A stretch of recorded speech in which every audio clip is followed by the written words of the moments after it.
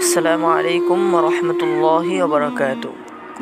বিশ্ব ইজতেমার মূল পর্ব শুক্রবার থেকে শুরু হতে যাচ্ছে। আর আজ হলো শুক্রবার। জুমার নামাজ ইজতেমার ময়দানে পড়ার জন্য বহু দূর দূরান্ত থেকে লাখো মুসলিম উপস্থিত হচ্ছে।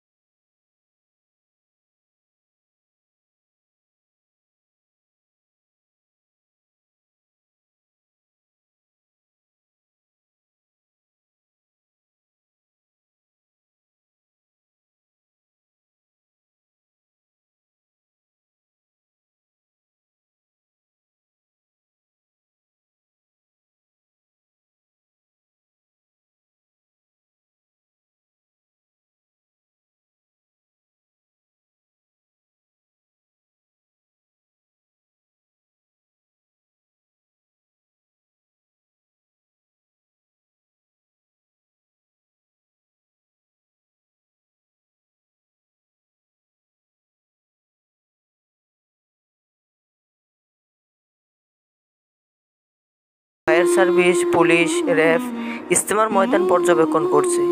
রাস্তাঘাট লোকজনে পরিপূর্ণ। সমস্ত রাস্তায় যেন সাদা টুপি এবং রঙিন পাঞ্জাবিতে আলোকিত হয়ে পড়ছে।